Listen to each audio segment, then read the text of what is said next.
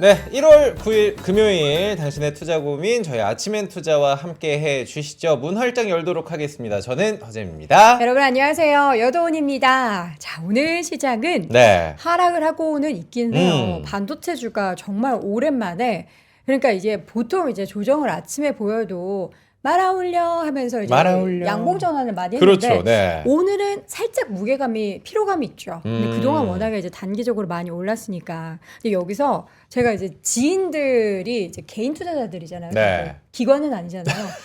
그들의 심리를 항상 저는 파악을 하거든요. 어떤 파악이 좀 있습니다. 동향. 어제 네. 쏙쏙들이 음. 나 결국 반도체 그냥 샀다. 아, 어제도 올라가고 있는데 그걸 어. 잡았어요. 조정을 안 받을 것 같아서 그냥 샀다. 네.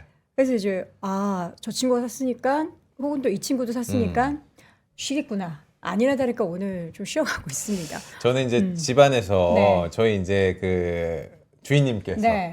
우리 사고 싶대요? 아이 와이프님께서 네. 7만 원에 들어가셨어요. 3전에. 오!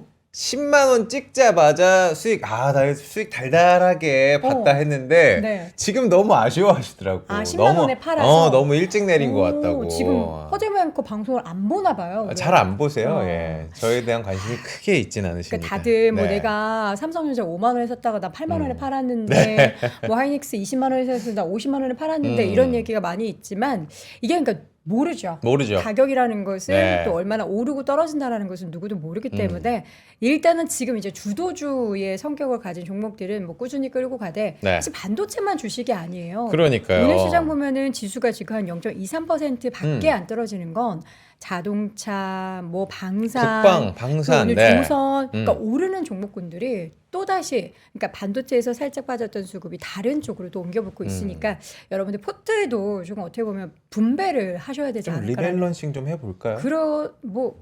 하고 싶어요? 잠깐만. 약간 시그널 아니 같은데. 반도체가 많이 없어서 그래요. 기대감이 저는 다른 데 쪽에 없으면 이제 뭐 있어서. 이렇게 조정 보일 때 몰아가는 그런 전략도 좋죠. 그러니까요. 자, 금요일입니다. 이번 주 정말 뭐 쭉쭉 올라가는 장 오늘 잠깐 쉬어가긴 하는데 이번 주 정리 한번 해보고요. 네. 또 다음 주에 올 어떤 이벤트들에 대한 대응 전략도 한번 짜보도록 하겠습니다. 네. 오랜만에 만나보도록 하겠습니다. N2의 김영환 위원님 나와주시죠. 어서 오세요. 네, 안녕하세요. 반갑습니다. 김영환입니다. 엄청 오랜만에 오신 네. 거죠. 예, 한 달 좀 안 됐죠? 예. 새해 복 많이 받으시고요. 새해 복 많이 받으시고요. 네, 새해에는 저희에게 전략도 더 날카롭게 좀 주시길 부탁을 드려보도록 하겠습니다. 최근 시장 보면은 우리 연구원님은 어떤 생각을 하셨는지 궁금해요. 지금 트럼프가 약간 또 뭔가 전쟁 비스무리하게 이런 걸 일으키면서 그렇죠. 네. 조금 약간 시선 끌기를 하나, 좀 약간 주도권 잡기를 하나 이런 생각이 들게 하는데 이번 주에 지금 오늘이 마지막 거래일이고 시장이 조금 쉬어가고 있어요. 오늘의 하락을 어떻게 좀 생각을 하실까요? 뭐 사실 오늘은 순환매라고 봐야겠죠. 그러니까 한국보다 미국장이 그런 움직임이 좀 더 뚜렷한 것 같은데요. 네. 최근에 미국장 연초 이후의 미국장을 보면은 나스닥 올라가는 날은 다우존스가 쉬고 다우존스가 올라가는 날은 나스닥이 쉬는 움직임들이 자주 나타났습니다. 네. 그러니까 빅테크 기업들이 쉬어가는 구간 동안에 뭐 정유주, 방산주 이런 전통 산업재 소재 쪽들이 올라가다가 또 빅테크가 올라가는 날은 그 기업들이 쉬고 이런 움직임들이 많이 나오면서 약간은 빅테크들은 조금 실적 발표 기다리면서 힘이 빠져 있고 네. 그리고 CES에서도 주인공이 그쪽 기업들은 아니었죠. 그런 움직임들이 좀 나타났고 근데 그러면은 테크가 다 죽은 거냐 그렇진 않았고 미국에서도 테크 기업들 중에서도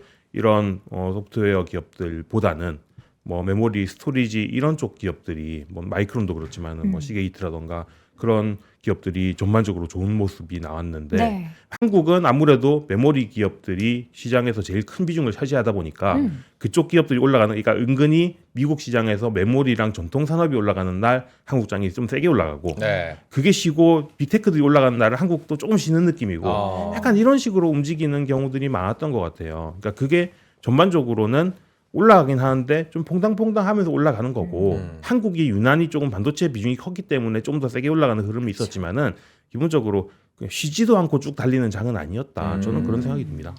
요즘 장 보면서 매크로나 지수 많이 보나요? 저희가 이야기를 많이 안 했던 것 예. 같아가지고 그것보다는 어떤 CES라든지 AI 어떤 기대감 때문에 쫙 올라가는 그런 느낌이라 특히나 국장은 지수 얘기 안 한 지가 좀 된 것 같아가지고 그렇죠. 사실 미국도 마찬가지인 네. 것 같고요. 뭐 이번 주가 미국에서는 고용 보고서들이 쭉 나오는 그렇죠. 그러니까 뭐 네. ADP 민간 고용 나왔고 조트 보고서도 나왔고 음. 오늘 밤에 이제 그 고용 보고서가 노동 나오죠. 공식 고용 보고서가 나올 네. 예정인데 별로 관심들이 없는 것 같습니다. 음. 왜 그런지를 생각해 보면요. 12월에 FOMC에서 금리를 내렸는데 1월에 추가로 내리기는 쉽지 않다는 게 그때도 이미 약간 반대 12월 금리 인하조차도 좀 반대 의견들이 꽤 있는 상황이었고 그러면은 그 상황에서 1월에 연속해서 인하를 하는 건 어차피 어렵다고들 다들 생각하고 있었는데 그러면 그 다음 FOMC에서 금리를 내리는 시점은 3월이거든요. 근데 3월 FOMC 전에 2월 고용까지가 다 나옵니다. 그럼 지금 이번에 나온 게 12월인데 앞으로도 1월, 2월 두 달치가 더 남았는데 이번을 뭐 크게 해석하기는 어렵죠. 좋아봐야 1, 2월 나빠지면 반전이 될 것이고 지금 나빠봐야 1, 2월 좋아지면 또 분위기가 달라질 테니까 그러니까 좀 지표에는 관심이 없다 그런 느낌이고요. 그리고 또 연초는 항상 또 CES도 그렇고 또 앞으로 다가올 JP모건 헬스케어 컨퍼런스 그렇죠. 이런 것도 그렇고 네. 산업 이벤트들이 또 중요한 시기이기도 하니까 뭐 그런 식으로 시장이 움직이는 게 아닌가 싶네요.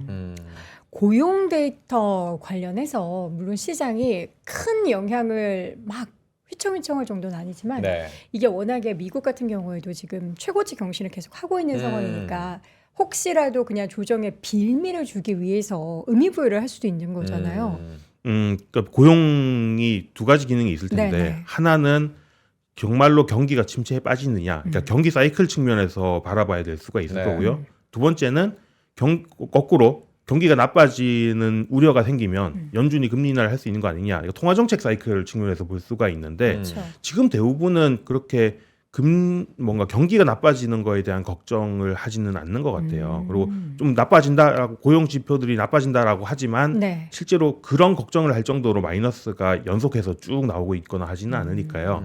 그래서 경제에 대한 불안감은 없는 상황이니 약간 통화정책 제대로만 쓰이고 있는 상황이어서 거꾸로 안 좋게 나오면 시장은 좋게 반응할 가능성이 많고 금리나 예, 지금 시점에서는 오히려 고용 지표가 조정의 빌미가 된다면 너무 좋게 찍히는 순간이 있으면 고용이 좀 그때 좋게 나오면 예, 그러면 그 금리 인하 시점이 3월이 아니라 더 밀릴 수 있다는 생각이 들면서 조정의 빌미가 될 수 있지 않느냐. 저는 거꾸로 그런 식으로 해석될 수는 있다. 근데 그 시점은 아마 1월, 2월이 지금보다는 더 중요해질 것 같다. 이 정도로 봅니다. 우리 동훈 씨가 이제 서두에 말씀을 하셨지만 오늘 우리 지수를 그래도 이게 든든하게 받쳐주는 느낌은 전 조선과 방산이라고 보여지거든요. 예. 다시 조방원인가라는 생각이 좀 들 정도로 야 오늘 방산 쪽 좋아요, 여러분들. 방사는 약간 미국발 테마성도 좀 붙어 있죠. 그러니까 그렇죠. 예, 미국에서는 뭐 그 방위비 늘려야 된다는 얘기 지금 트럼프가 하기도 천조국이 했고요. 아니라 2천조국이라면서. 네. 그리고 또 하나가 그린란드 이슈가 그렇죠. 있지 않습니까? 네. 근데 그린란드가 미국이 중요하게 생각하는 이유가 뭐냐라고 하면 당연히 두 가지일 텐데 두 가지. 하나는 자원일 거고요. 또 두 번째는 군사일 거고요. 근데 군사라는 측면을 생각하면은 뭐 어떻게 될지 모르겠습니다만은 그쪽에 영향력을 키우려고 하면 당연히 해군의 문제고요. 그럼 해군이면 당연히 국내 조선과 관련이 되니까 네. 이 테마가 직접적인 연관관계는 있다. 그렇게 그렇게 꼬리를 볼 수 있죠. 무는구나. 지금 상황 속에서 조선은 약간 또 결을 달리 가져가야 될 것 같기도 하고. 네. 그러니까 우리가 과거에 올랐던 조방원에 대한 모멘텀을 올해도 똑같이 적용하지는 말고 뭔가 새로운 모멘텀이 진짜 실제로 그 관련한 업황에 얼마나 영향을 줄지를 좀 빠르게 분석을 해야 되는 그런 시기인 것 같기는 해요. 조선은 사실 안 가본 길을 가는 중이라서요. 처음 가보는 기잖아요. 마스가 뭐 이런 것들. 그렇죠. 그러니까 조선은 기본적으로는 한 미래 3년치 수주를 당겨와서 그걸로 가치 평가를 하는 분야고 네. 그거는 이미 미래 3년치는 이미 수주를 다 받았고 네. 그러면은 노로보다는 이미 인도하고 나서 새로 비는 도크를 채우는 그 다음에 물량 받는 그런데 이거는 지금은 이제 워낙 우리 조선 산업이 좋은 상황이니 네. 골라서 수주를 받을 수 있다. 좀 수익성이 좋은 선종 위주로 수익 받을 수 있다. 요 단계까지 온 거라서 그것만 보면 사실 주가의 업사이드가 대단하다고 말하기는 어려울 거예요. 그런데 여기에 더 상방을 열어줄 수 있는 게 미국, 조선, 특히나 해군 군함을 수주를 할 수 네. 있다거나 정비 산업을 할 수 있다던가 그러면 그거는 조금 달라지는 얘기긴 하죠. 그런 식의 수주는 한 번도 해본 적이 없고 그렇죠. 그런데 아마도 모든 배들 중에서 제일 부가가치가 높은 게 하나는 부호들이 타는 크루즈선이거나 아니면 군함이거나니까 군함 수주라는 거는 수익성 측면에서도 그리고 그리고 그 수주를 받는 기간에 대해서도 3년하고 뚝 이런 게 아니다 보니까요. 네. 그런 측면에서 질적으로 확 좋아지는 얘기일 수 있죠. 근데 아. 그게 어디까지 갈 수 있는지는 사실은 아무도 모르는 거니 네. 참 어려운 시점이긴 합니다. 예. 저희 아침에 투자가 워낙 소통을 잘합니다. 댓글도 많이 좀 읽어드리고 특히나 이제 도훈 씨한테 악플만 다는 순간 바로 도훈 씨는 진짜 위용 저는 댓글을 써버리잖아요. 피드백 드리죠. 웬만하면 피드백 드립니다. 지금 질문들이 좀 올라오고 있어서 우리 사실 김영환 의원님은 뭘 물어봐도 다 답변이 나오거든요. 그래요? 그래서 제가 지금 도마칼자비님께서 대법원 판결 지금 미국 현지 시간 9일로 오늘 뭔가 밤에. 이야기가 나오고 있다 예. 얘기를 하는데 그게 사실 트럼프의 상호관세 일지는 모르는데 예. 뭔가 큰 게 온다라고 하기 때문에 미국 언론에서도 설마 그거 아니야? 라고 있는 상황이잖아요. 예. 실제 그게 시장에 충격을 줄지 이런 것들이 이번 주말에 어떤 빅 이슈가 될 수도 있을 것 같은데. 그럴 수 있죠. 그럴 수 있을 것 같습니다. 음. 근데 큰 문제는 아닐 것 같고요. 단기적으로는 분명히 변동성을 줄 것 같다. 그러니까 문제가 없다. 왜냐하면 그래서 대법원이 만약에 이게 불법이다, 위헌이다. 위헌이다, 돌려줘라, 네. 환급을 해라 하면은 트럼프 정부가 네 알겠습니다 하고 내일부터 돌려드리겠습니다라고 할까? 이러면 당연히 될 리가 아니지. 없죠. 아니죠. 어떻게든지 아. 방안을 마련할 것이다. 네. 어. 예, 그리고 그 방안은 무궁무진하다라는 게 이제 그 알려진 사실이기 때문에 네. 그럼 아마도 금융시장은 일단은 충격을 받을 거고요. 근데 이게 실물적으로 그러면은 다시 관세나 뭐 무역이나 이런 데 실물 영향을 다시 줄 수 있느냐라고 하면 그렇지는 않을 것 같아서 그러니까 이게 위헌이 된다고 한들 사람들이 그러면은 이제 무관세로 미국이랑 다시 소통을 할 수 있겠네 그런 식으로 생각도 안 할 거고요. 그렇죠. 그러니까 네. 그렇게 따지면은 이건 그냥 금융시장의 변동성을 늘리는 요인이다라는 스코프 보는 게 맞고요. 근데 지금 약간 찜찜한 거나 특히나 한국 입장에서는 주가가 항상 가파르게 올라오면 두 개가 따라옵니다. 신용장고가 따라오고요. 공매도도 따라옵니다. 그러니까 완만하게 오를 때는 그렇진 않은데 가파르게 오르면 항상 지나치게 너무 빨리 올랐는데라고 생각하고 공매도를 치는 사람들도 있고 그렇죠. 그 아까 말씀하신 것처럼 포모가 와서 뒤따라 사는 사람들도 네. 있고 네. 그러면 이 문제는요. 신용장고는 뭔가 이유로 조정이 좀 나오면 마진콜을 당하면서 하락을 부르는 상황으로 올 수 있고요. 반대로 공매도도 뭔가 다른 호재로 주가가 훅 한번 올라버리면 네. 공매도 청산이 나오면서 쇼커버링 때문에 주가가 더 올라가는 그러니까 그럴 수 어느 쪽이든 위든 아래든 변동성이 커질 수 있는 배경이 마련돼 있다 이렇게 보는 게 맞거든요. 네. 그런 상황에서 여튼 이 대법원 이슈가 단기적으로는 밑으로 변동성을 주는 요인이 되면은 요거는 원래라고 하면은 뭐 한 3% 4% 정도 빠질 만한 일이었는데 3, 4% 빠지고 나면 그때부터 이제 반대 매매를 당하면서 쭉 시장이 더 밀리는 일이 한 번쯤 생길 수는 있죠. 그런 가능성은 대비해야겠다 정도 생각은 들고요. 네. 근데 저는 이런 부분에 대해서는 한 번 빠지면 사자. 그런데 이번 주 끝날 때까지 한 주 만에 V자 반등을 할지 아니면은 조금 시간이 걸릴지는 네. 잘 장담은 못하겠다. 근데 빠진다고 해서 계속 쭉 빠지겠구나까지는 마음을 먹지 말고 한 번 빠지면 사자 이 정도로 생각을 하고 있고요. 더 중요한 거는 이렇게 변동성이 더 펀더멘탈 재료에 비해서 변동성이 더 증폭될 때는 절대로 레버리지나 인버스는 하면 안 된다.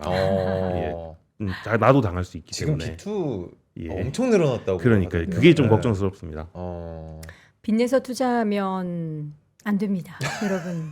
빚은 진짜 안 돼요. 빚은 진짜 그러니까 안 우리가 되고. 주식 네. 투자로 인생을 좀 광명찾자하면서 네. 다 똑같은 빚 아니냐 이렇게 생각하시는데 절대 빚내서 투자는 하지 마시고요. 어쨌든 오늘 밤에 결국에는 이제 위헌 얘기를 할 텐데 그렇죠. 거의 지금 그쪽으로 기울여져 있죠. 예. 단기적인 하락의 단초가 될 수도 있겠지만 이게 이제 한 번 빠질지 이게 좀 약간 조금 오래 쉬어갈지 여부는 우리가 좀 지켜봐야 될 부분이기 때문에 이걸 좀 확인하고 가자. 그럼 다음 주 시장이 조금 더 어렵겠네요. 이번 주보다는 다음 주가 좀 더 어려울 수 그렇죠. 있죠. 예. 근데 그렇게 어려워지면 그때 오히려 사야 되는데 그때가 또 기회를. 이번 주에 수 있죠. 미리 사신 분들은 조금 근데 이게 또 시장이 요즘에 네. 굉장히 영민해졌잖아요. 예. 그래서 트럼프가 누구야? 위헌 나와도 그에게는 또 다른 카드가 있을 거야. 어떻게 해서든 본인이 원하는 대로 다 갈 거야. 이런 심리가 또 파다해질까 봐. 그러면은 또 시장이 또 빠지다가 트럼프가 또 트위터 올리고 이러면은 또 이제 시장 분위기는 우리가 예상치 못한 반전이 또 방향으로 될 수도 갈 수도 있죠. 있겠죠.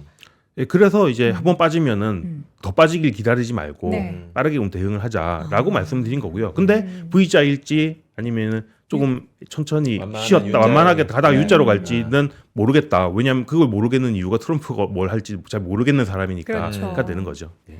다 그에게는 계획이 있을 것 같기는 해요. 네. 지금 상황에서 지금 사실 베네수엘라 받고 그다음에 좀 그린란드까지 접수하려고 하는 그 행보를 봐도 뭔가 지금 이런 다양한 이슈들을 묻으려고 혹은 더 본인의 뭔가 이런 퍼포먼스를 부각시키려는 그런 네. 움직임들이 강한 것 같은데 굉장히 많은 전략들을 지금도 뭐 많이 꺼내고 있는 게 맞아요. 주택 매매 금지 그거 보셨어요? 기관 투자자들한테 집 사지 사지 말라고. 말라고, 사지 말라고. 투기 한 거. 만들지 말고 그거 다 그러니까 물가 진정으로 그렇죠. 원하는 이제 거죠. 결국에는 물가를 진정을 하려면은 유가를 잡고 그리고 주택 집값도 주거 비용을 잡고. 잡아야 되는 게 어떻게 정부 정책으로서의 그렇죠. 목표일 텐데 근데 기관 투자자들한테 사지 말라라고 경고를 했는데 이게 전체 주택 비율에서 3%도 안 된다라는 또 통계가 있더라고요. 비중이 네. 얼마 안 되네요. 결국에는 중간 선거용으로 여러 가지 발언과 정책을 쏟아내고 있는 상황이고 여기에는 다음 이제 차기 연준 의장까지 그리고 베센트 장관까지 금리나 이거 시기 놓치면 안 된다라고 계속 이야기를 하고 있는 상황이잖아요.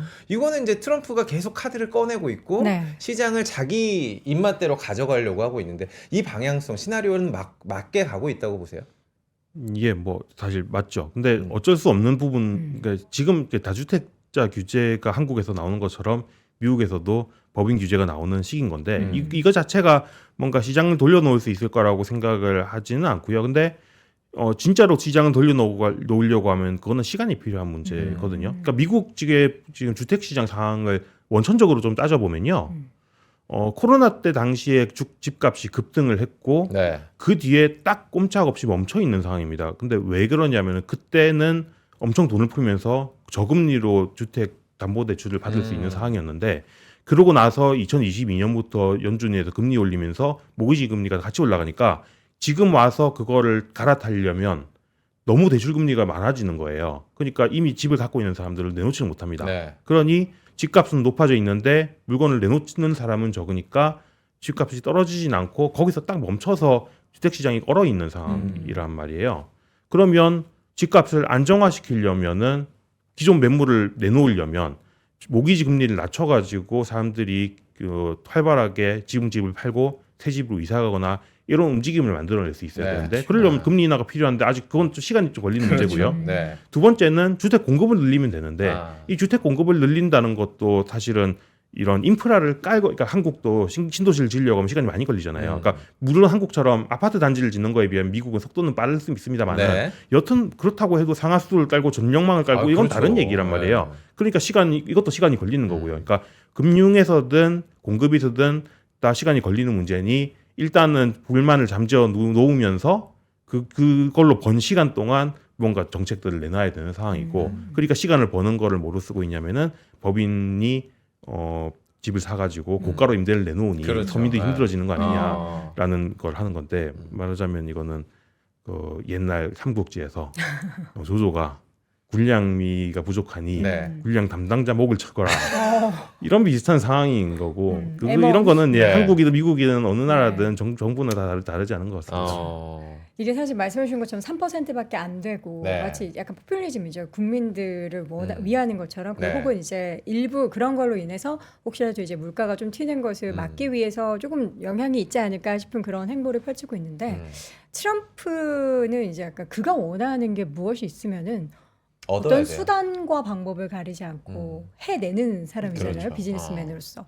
그래서 이제 이거 물가도 이렇게 만들어지고 우리가 아까 고용 보고서 얘기했는데 고용 관련해서 또 약간 안 좋은 데이터들이 나오면은 다음 주에 연준 이거 금리 내려야 된다. 고용 이거 봐라 이러면서 엄청 또 그런 금리 인하에 대한 압박을 할 것 같단 말이죠. 네. 예. 그런 관점에서 지금 이제 파월은 아무래도 지금 너무 스트레스 많고 이제 벌써 차기 연준 의장 투 캐빈 중에서 누가 될 거냐를 이야기를 하고 있는데 연구원님께서는 지금 연준의 차기 의장이 누가 될 거라고 혹시 예상을 좀 하고 계시는 분이 있습니까? 글쎄 정말 모르겠는데요. 그러니까 근데 누가 될 거냐가 중요한 것 같지는 않고요. 네. 왜냐면 누가 된다고 그 사람이 누군지 우리가 아나요? 잘 모르죠. 그 케빈 투 케빈밖에 몰라. 저는 그거 깜짝 놀랐어요. 케빈 워시라는 분이요. 쿠팡의 사회이사래요. 아, 그래요? 저는 그 이력을 네. 보고 오. 깜짝 놀랐어요. 지금 현재 사회이세요? 예, 연봉 한 오. 5억 받으신대요. 아 그래요? 그래서 저는 오 대단한 분이 쿠팡이구나. 그래서 그러니까 이렇게 쿠팡이 네. 라는 다른 생각이. 쪽으로는 쿠팡이 진짜 잘해. 아 이게 사실 아. 대관 업무라고 하는 게 미국의 삼성급으로 한다는 거예요 지금. 미국 미국은 또 이제 현지에서도. 로비가 네, 합법이잖아요. 합법이다 보니까. 어제 예. 다시 3쪽으로 빠졌는데 음. 연준 의장 어떻게 좀 예. 생각이 그러니까 될까요? 그러니까 인물보다는 네. 그 사람이 어떤 행동을 하면 좋고 나쁘다는 위주로 말씀을 드리겠는데요. 중요한 거는 채권 시장을 얼마나 잘 설득할 수 있느냐. 그러니까 금리를 내리는 것 자체는 누구나 연준 의장이 와서 연준의 다른 위원들과 지역 연준 정제들을 잘 이제 고문하면 따라오게 만들면 네. 고문한다고요? 그렇죠. 그러니까 그 압박을 가해서 해! 이렇게 따라오게 해! 만들면 할 수는 있겠지만 그건 몇 명만 설득하면 되는 문제니까 네. 할 수는 있겠지만 근데 금융시장이란 게 그러니까 기준금리를 내린다고 장기채 금리까지 쭉 다 같이 내려가는 건 아니란 말이에요. 네. 그러니까 우리가 그런 걸 가끔 채권 작용단이다 이렇게 부르는데 그런 네. 얘기하죠. 뭐냐면은 금리를 내리면 지나치게 내리면 물가가 높아지고 그럼 물가가 높아지면 장기채 금리 입장에서는 올라가야 되는 거다라고 생각하기 때문에 네. 금리 인하를 너무 세게 하면은 거꾸로 채권을 팔면 장기채를 팔면서 장기채 금리를 끌어올리는 세력들이 그러니까 세력이라고 말하는 거죠. 그런 식으로 생각하는 투자자들이 많단 말이에요. 미국의 채권 시장에서는. 네. 그러면 이분들을 금리를 많이 내리면서도 그렇게 생각 안 하고 괜찮아 금리를 많이 내리지만 물가 안정돼 있을 거고 괜찮을 거야. 그러니까 장기채 금리로 같이 따라 내려가도 돼라고 시장을 잘 설득할 수 있는 사람 그런 행동을 보일 수 있는 제스처를 취해주면 그때는 시장은 좋을 거고 뭐 주식시장도 좋을 거고 사실 미국 장기채도 좋을 거고 다 같이 좋아질 거고요.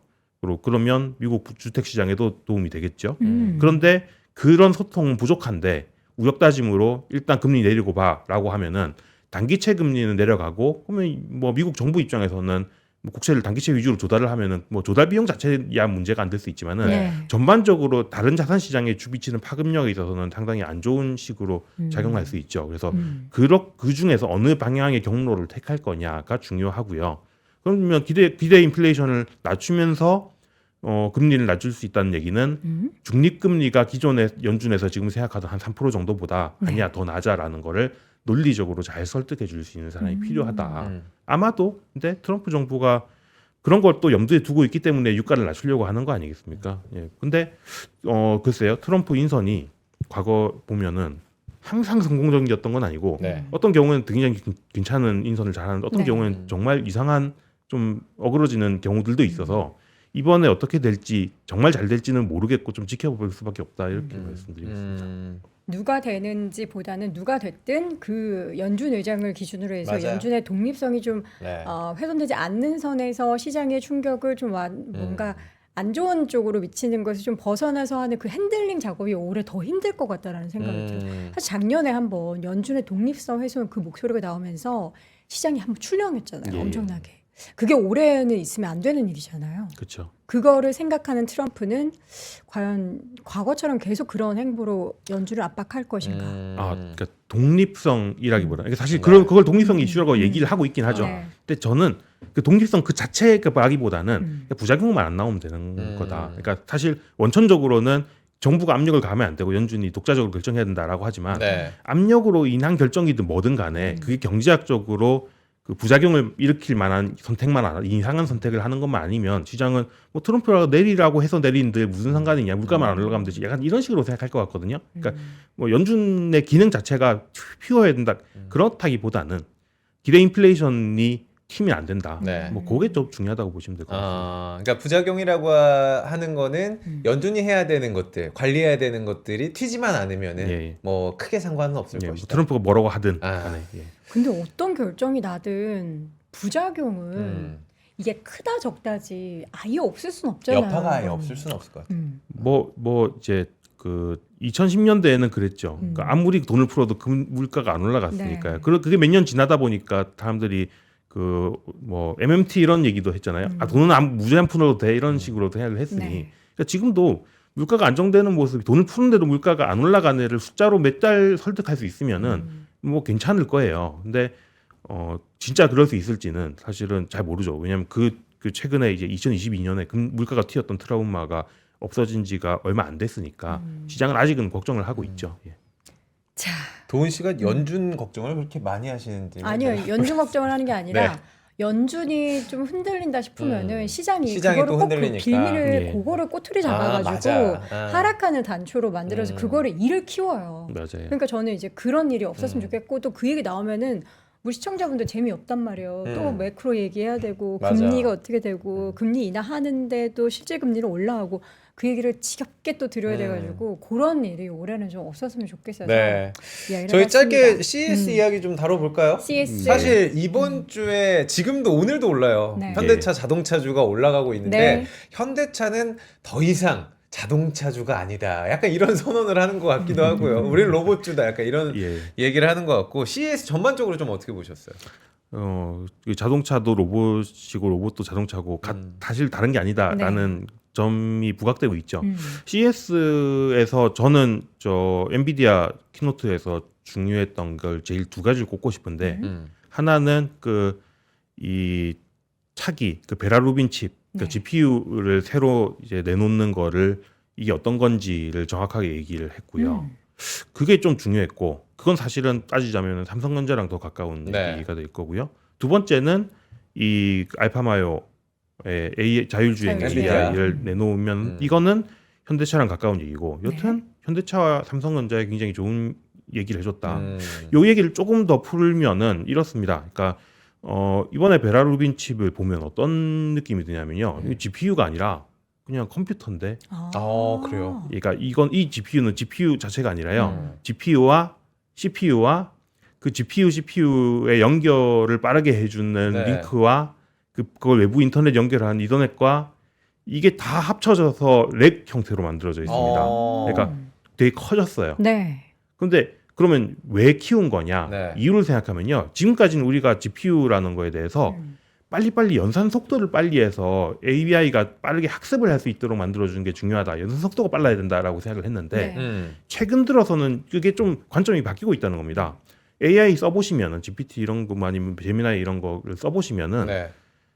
처음 답변은 빠르고 잘 하는데 오랫동안 대화할수록 점점 앞에 대화를 까먹고 멍청해지지 않나요? 그런 경우들이 그래서 예. 다시 끌어다가 다시 얘기해줘. 끌어다가 얘기를 해줘야 얘야, 되잖아요. 내가 이런 말을 했잖니.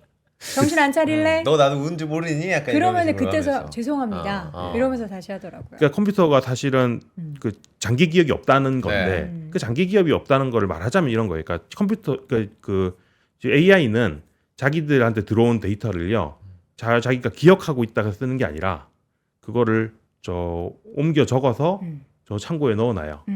그러고 필요할 때마다 가서 가져와서 보고 답변하는 식의 약간 그런 식으로 움직입니다. 네. 그러니까 기억한 걸 바로 그냥 들어온 대로 나올 수 있는 게 네. 아니고요. 그래서 그 문제 결국은 이제 그 연산이 아니라 기억에서 문제가 생기고 있는 상황이니 그럼 이 기억력을 강화하기 위해서는 이걸 멀리 있는 창고에 두는 게 아니라 지금 이제 메모리에 있으면은 SSD 이런 데 있으면은 멀리 있는 창고에 있는 거거든요. 네. 그거를 이번 베라루빈 칩은 가까이 저 옆에 책장에 놔둬가지고 바로 뽑아서 찾아보고 알려줄 수 있도록 그걸 물리적으로 그걸 당겨준 거예요. 그러다 보니까 GPU가 GPU만 있으면 안 되고 그 CPU 그 메모리를 처리하는 CPU가 GPU랑 붙어 있도록 같이. 설계를 네. 하는 거거든요. 그러면 이게 무슨 얘기가 되는 거냐면은 이 메모리의 역할이 더 중요해질 거라는 거죠. 그리고 메모리의 역할이 중요해진다는 거는 그냥 좋은 HBM을 많이 만든다가 아니라 모든 메모리를 그 전송 속도를 빠르게 만들어주는 프로토콜을 만들어 가지고 네. 해야 된다는 건데 그걸 제일 잘하는 건 사실은 삼성전자거든요. 아마 IT 전문가 분들이 나오시면은 CXL 이런 얘기를 하실 겁니다. 네. 그런 식으로 보자면 지금까지는 마이크론이 밸류에이션이 제일 높고 하이닉스가 그 다음이고 삼성전자는 저 밑에 있는 상황이었는데 네. 앞으로는 달라질 수 있지 않을까? 이번 칩을 보면서는 좀 그런 생각을 했고요. 잠깐만요. 그 부분을 혹시 조금 자세히 말씀해 주실 수 있을까요? SK하이닉스의 것과 삼성전자의 것의 그런 기술력의 차이인 건가요, 이게? 그러니까 하이닉스가 지금 돈을 잘 벌고 네. 선두로 치고 나간 거는 HBM 쪽으로 역량을 집중해서 네. 드라이브를 걸었기 때문인데 네. 그렇다고 해서 지금 굉장히 돈을 잘 벌고 있게 하긴 합니다만은 전반적인 모든 메모리 분야에 있어서의 기술 역량이 다 삼성전자를 넘어갔거나 이런 건 아니거든요. 근데 지금까지는 HBM을 얼마나 잘 만드느냐가 네. 제일 중요한 아. 시점에서는 이익률도 당연히 제일 높을 거고 돈도 제일 잘 벌 거고 그러니까 가치도 제일 많이 받겠지만 네. 실제로 이게 HBM만 잘한다고 되는 문제가 아니라 앞으로는 낸드 플래시도 잘해야 된다. 기억력이 있어야 예. 되니까. 이렇게 가기 시작을 하면은 아. 그 부분에 있어서 이거 구조를 바꾸고 하는 거는 삼성이 사실은 기술력이 더 있단 말이에요. 그렇죠. 그러면 이쪽으로 헤게모니가 넘어오게 될 때는 삼성이 지금처럼 낮은 밸류를 받을 것이냐 그럴 이유가 없어질 수 있죠. 그런 얘기입니다. 그래서 우리가 삼성전자 하이닉스를 지금 더 따라가도 될까라는 질문으로 연결이 되는데 이건 2부에 준비를 했습니다. 네. 여러분 잠깐 광고 듣고 오겠습니다. 어디 가지 마시고요. 렛츠 광고 타임.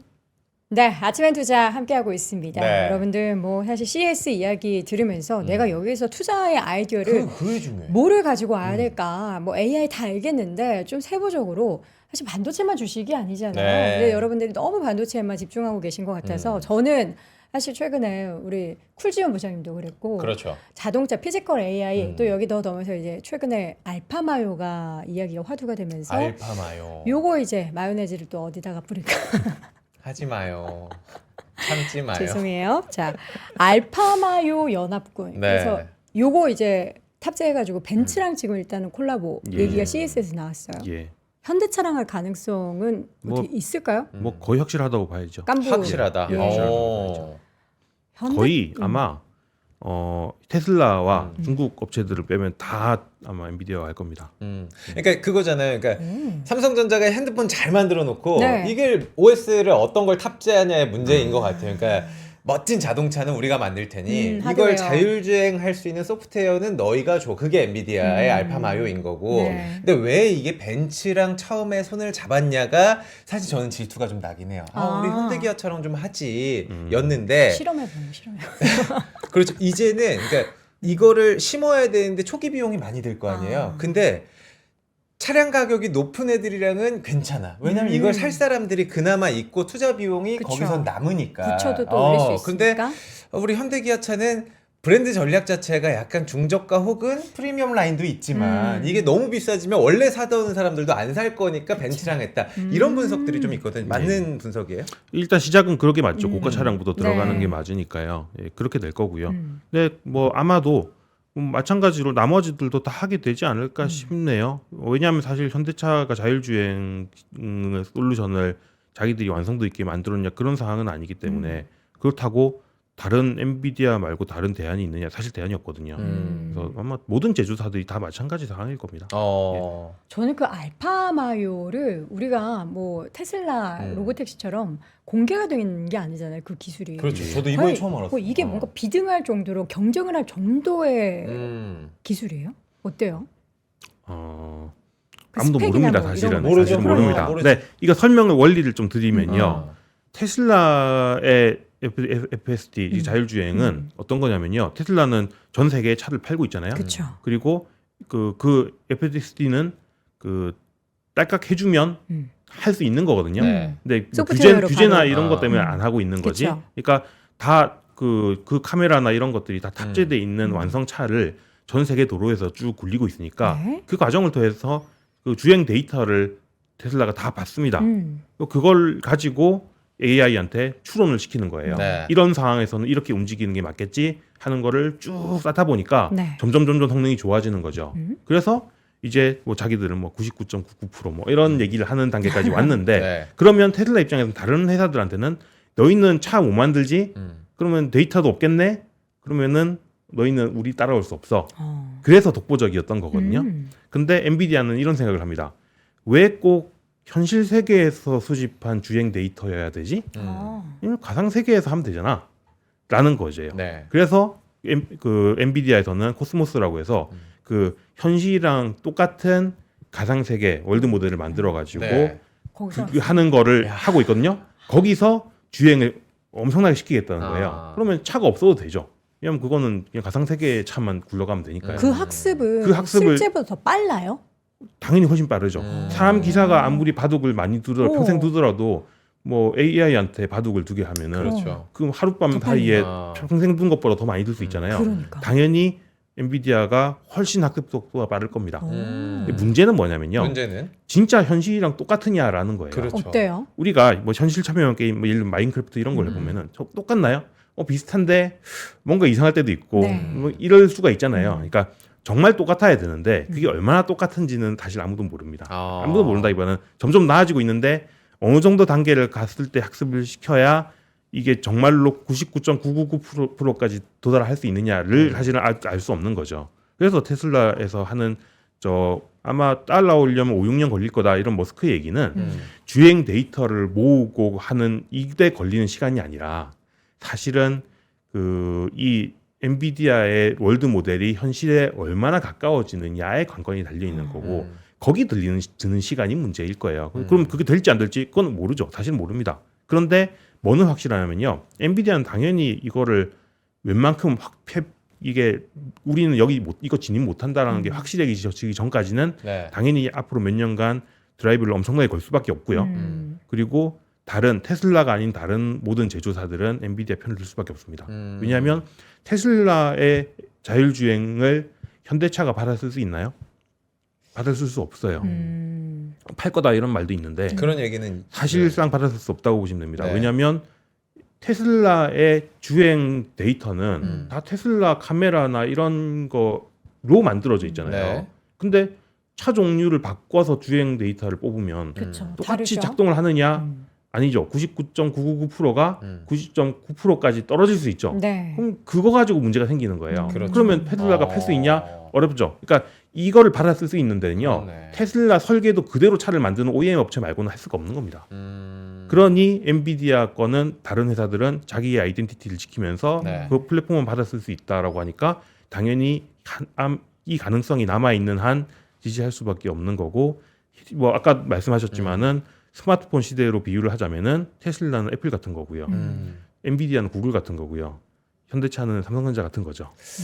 아, 결국에는 그러면 그런 비유를 해주셨으니까, 그러니까 테슬라를 좋아하시는 분들은 테슬라만 갈 거고 그렇죠. 애플처럼 그렇게 종속이 좀 될 거고 또 다른 생태계로 봤을 때는 범용은 엔비디아가 훨씬 좀 쉬워질 것 같다라는 예, 느낌이 좀 들긴 해가지고 그렇죠. 이거는 일단은 이 알파마이오라고 했죠. 그거 출시되고 나서 시장의 판단을 한번 좀 기다려 봐야 될 것 같습니다. 그렇죠.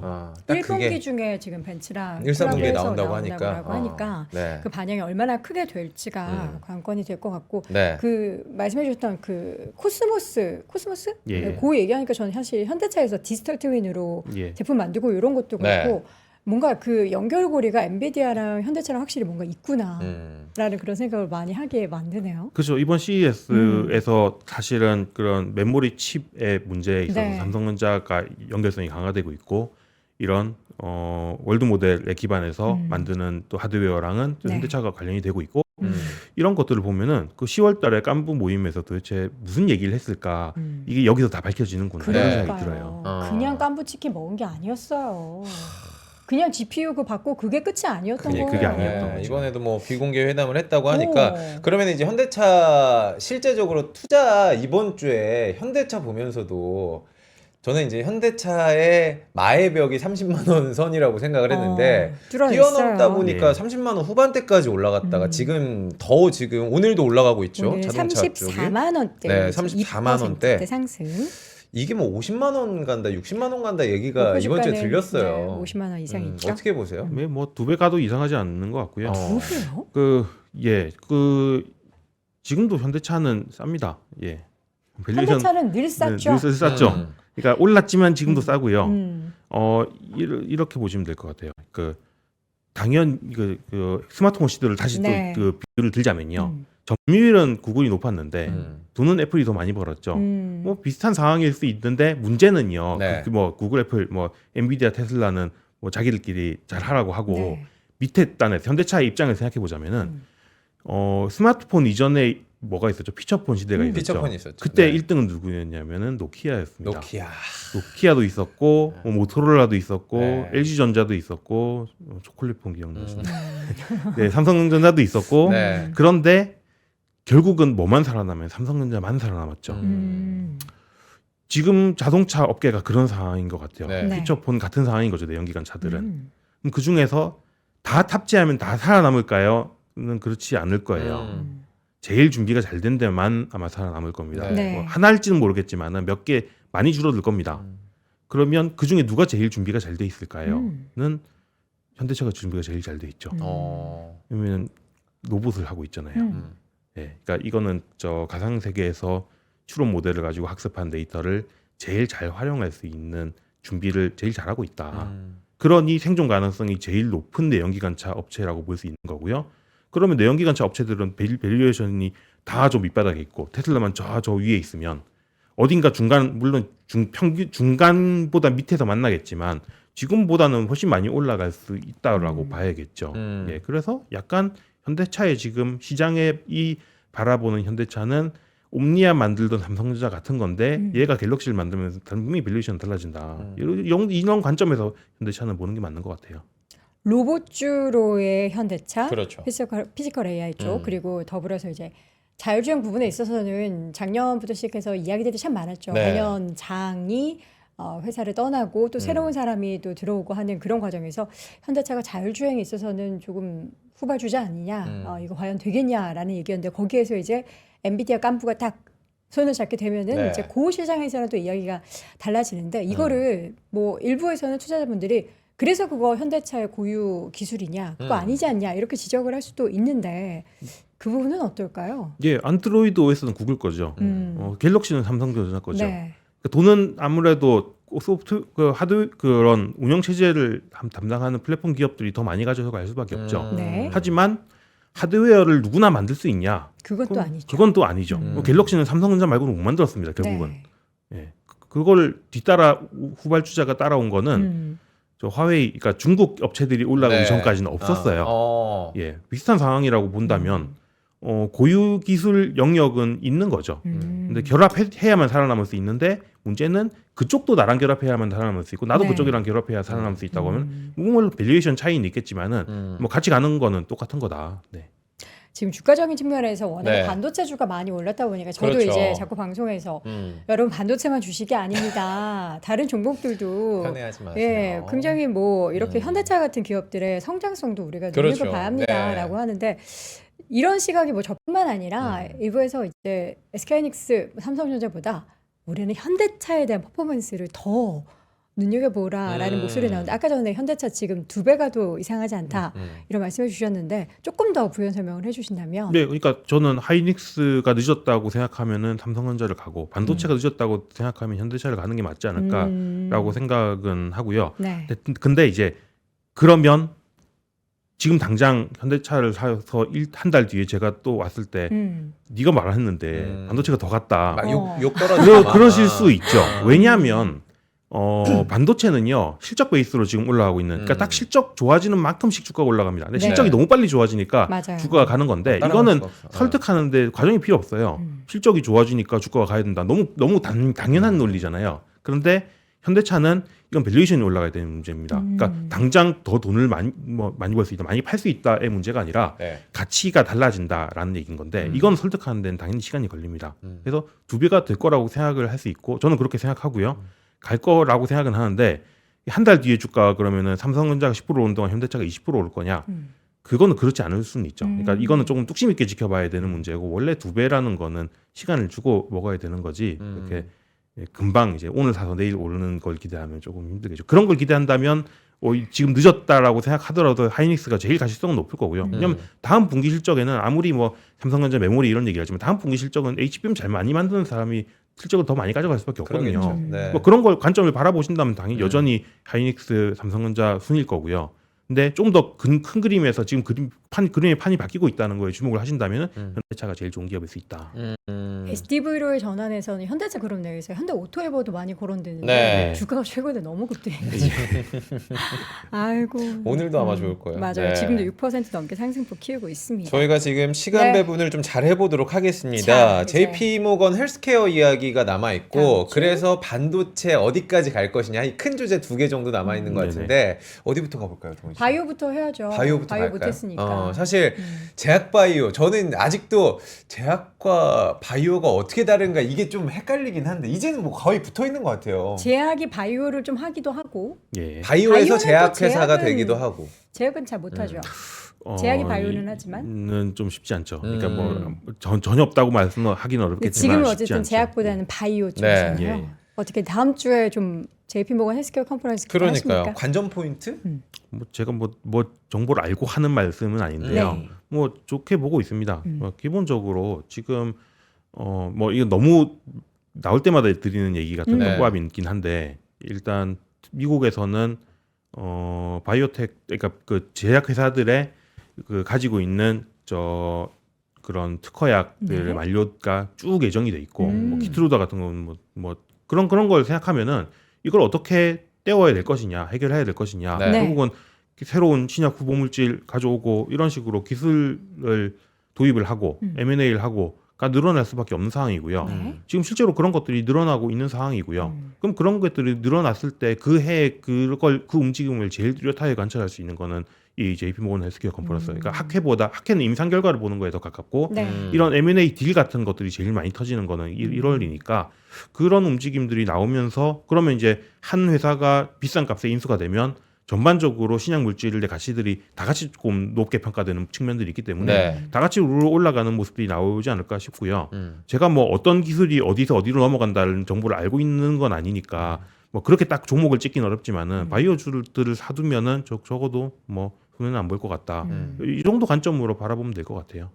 바이오주라 하면은 이제 JP모건 헬스케어 컨퍼런스에 참여하는 기업들이 딱 정해져 있잖아요. 네. 그 종목들 위주로 해서 선택을 하는 게 현명할까요? 어. 사실 그 종목들이 지금 바이오 ETF 같은데 이끌고 다 있죠. 이끌고 있으니까요. 네. 예. 아 뭐가 갈지 모르니까 우리 저는 바이오 ETF로 사자라고 오히려 말씀드렸죠. 관련한 그게 업황에 또 전략이 있어서 될 수도 있겠네요. 그런 식이라면은 바이오를 올해 중에 있어서의 포트에는 항상 배분을 해둬야 될 예, 섹터로 뭐 보시나 봐요? 메인까지는 아니라도 서브로는 꼭 들어가야 된다라고 네. 생각합니다. 아니 아까 저희 댓글창에 D&D 파마텍 물어보신 분이 있어서 기대감이 있는데 오늘 지금 6% 5% 넘게 떨어지고 있거든요. 사실 저희가 JP모건 헬스케어에서도 가장 화두가 이제 AI 관련해서 헬스케어랑 어떻게 결합이 되는지 네, 하고 비만 치료제에서 또 다른 이야기들이 좀 나올 수 있느냐 이거를 굉장히 관점으로 보고 계신 분들이 있는데 거기 더해서 왜- 유전자, 유전자 치료제? 오늘 뭐 조정을 받는 건가요? 아니면 기대감이 좀 사라지는 건가요? ABA 바이오도 제가 꽤 그 빠지고. 답변까지 얘기는 좀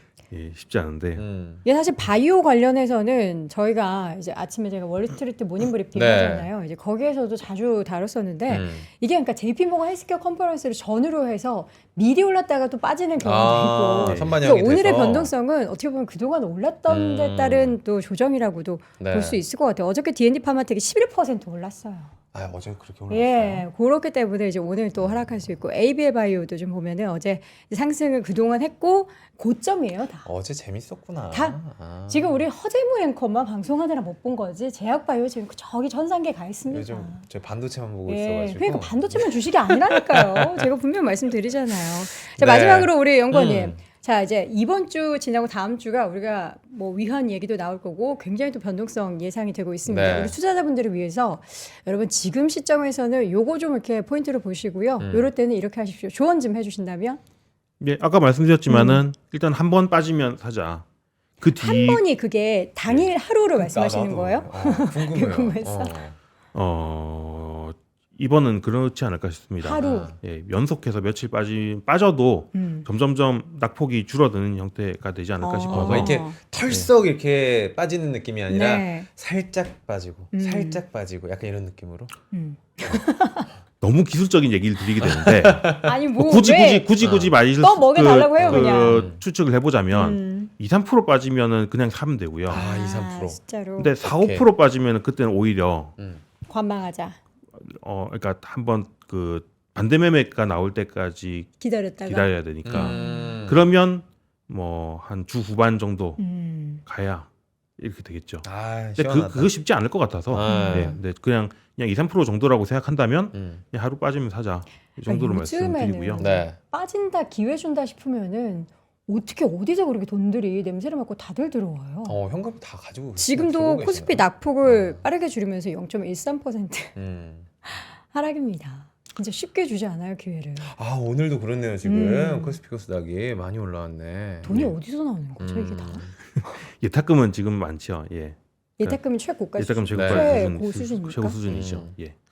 진짜 우리가 자칫하다가는 기회 놓칠 수 있는 그런 시장이라서 네. 이럴 때는 어쩔 수 없이 그냥 음봉 보인다 싶으면 눈 딱 감고 분할 매수 또 한 번에 확 들어가면 안 되죠. 그럴 것 분할 같습니다. 매수. 그럴 것 같습니다. 네, 전략으로 마지막으로 한번 시간이 조금 써보겠습니다. 있어서 원자재 좀 여쭤볼게요. 원자재. 네, 귀금속이 워낙 핫했잖아요. 예. 근데 올해는 구리를 잘 봐라. 구리. 왜냐면 구리는 예. AI 붐도 타지만 그쵸. 여러분들 이거 방산에서도 오. 구리가 굉장히 또 예. 귀한 존재이기 때문에 어떻게 보세요? 예, 좋을 것 같습니다. 음. 그러니까 그 귀금속, 그러니까 금은과 구리를 놓고 보면은 뭐 사실 구리라는 얘기는 뭐 다른 주식이랑도 더 가까운 측면이라고 할 수 있는데요. 이게 화폐 타락 서사가 더 크다고 생각한다면, 그러니까 돈값이 떨어지니까 뭐 가치 조장을 해놔야 된다라는 관점으로 바라보자면 그건 이제 금은을 사야 되는 이유가 될 거고요. 그런데 AI 혁신 같은 뭔가 산업적으로 변화가 있다. 그 측면에 주목을 한다면은 구리가 더 가까운 분야겠죠. 근데 저는 어느 쪽 힘이 더 세냐라고 생각하면 물론 양쪽이 시장을 지지하는 두 가지 큰 축이긴 합니다만은 네.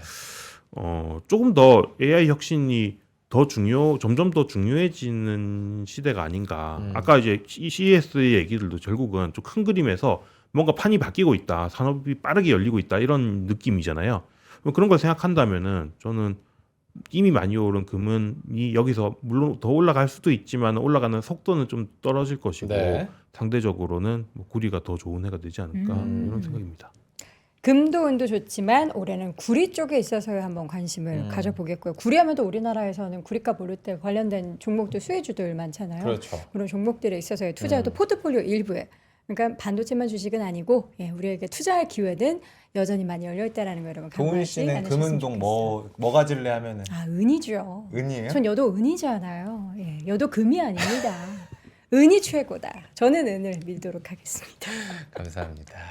자, 오늘 이렇게 해서 우리 김영환 연구원과 함께했습니다. 연구원님 말씀 고맙습니다. 감사합니다. 감사합니다. 시황 좀 봐야 될 것 같아요. 지금 오늘 지금 강보합권으로 올라왔어요. 그래 코스피가 전환을 했습니다, 여러분. 지금 삼성전자 낙폭 줄이고 있습니다. 네. 여러분. 야, 오늘 뭐 힘세다, 방산, 진짜. 조선도 오르지만 반도체주 조금만 조정받으면 바로 올라간다든지 지금 점심 드시기 전에 제가 네. 봤을 때는 매수 버튼 다들 누르고 가시는 거예요. 그래요? 왜냐면 밥 먹고 나서 갑자기 이제 커피 한번 아 시장 마실까 했더니 바뀌었 또? 빨간불 될까봐 어. 지금 조금 하락할 때 지금 매수 네. 또 들어오고 있는 것 같은데 급하게 마음 먹지 마세요. 그러니까요. 네, 우리에게는 네. 시간이 많으니까 급하게 마음 먹지 마시고요.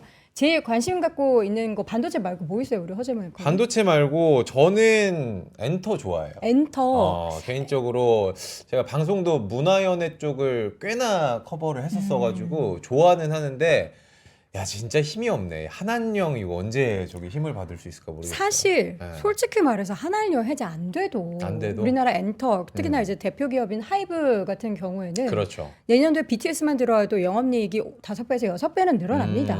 그럼에도 불구하고 그 한한령 해제 안 됐다고 이렇게 단기적으로 조정받은 것은 우리에게는 어찌 보면은 좀 좋은 기회다. 최근에 또 V자 반등을 좀 했거든요. 나를 또 이렇게 또 달래주시네. 우리 아니 뭐 실적이 찍히니까. 도훈 씨 물론 그러면은 그것도 하나 더. 뭐 내가 전문가야. 가상화폐 관련주는 어때요? 제가 또 여코인으로 불리는 사람으로서 아 진짜 네, 이 커뮤니티 보면은 주식하시는 분들 요즘 막 신났는데 저쪽은 분위기가 엄청 안 좋네. 이게 사실 뭐 비트코인이나 알트코인 이런 투자 같은 경우에는요 어떤 우리가 시점을 찾기가 되게 어려워요. 그렇기 때문에 어느 정도 지금 조정을 받았다, 악재가 다 터졌다 싶으면 그때부터 모아가야 될 시점입니다. 우리 다음에 패널 분이 갑자기 빵꾸 네. 냈을 때 여도은에 여도은에 허잼 상담 타임 해가지고 좋습니다. 예 한번 좀 부탁을 요즘에 드려보겠습니다. 저한테 투자 상담, 재테크 상담을 지인들이 너무 많이 해요. 그리고 뭐 삼성전자 사도대, 야, 너 내가 사라 그랬다가 뭐 마이너스 되면 나 원망 어떻게 네. 하려고. 여러분 원수질 생각으로 네. 상담 고민 상담 해주시길 바라도록 여러분 하겠습니다. 아시죠? 중이 제 머리 못 깎아서 저는 작년 말에 반도체를 다 팔았습니다. 네. 대신 다른 거 샀어요. 뭐 다른 거 샀는데 반도체만 주식은 아니다라는 생각으로 했는데 저도 이제 반도체를 조금씩 모아가 볼 생각입니다. 동훈 씨 우리 퇴근하시죠. 자, 여러분 금요일입니다. 오늘 또 장중에 상승 전환하는 코스피를 그래, 기분이 보면서 좋네. 깜짝 놀라실 텐데 막판까지 또 어떤 변동성이 있을지 모르니까 계속 지켜보시고요. 저희는 다음 주 월요일 오전 10시에 다시 돌아오겠습니다. 여러분 오늘도 고맙습니다. 고맙습니다.